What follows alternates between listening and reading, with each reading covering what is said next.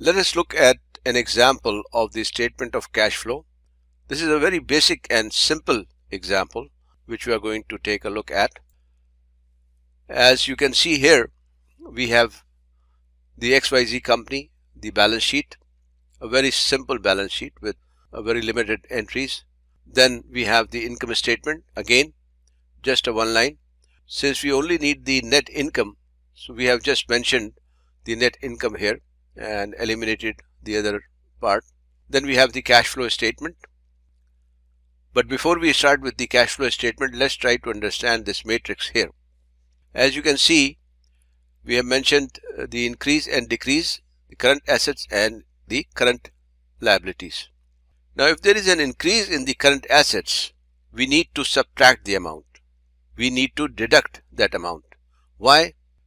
The increase in current assets simply means that we have purchased some asset and we have paid cash for that asset.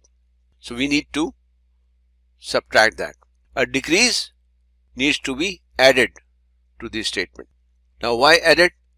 Decrease means that we have sold some of our assets and in turn we have earned some cash.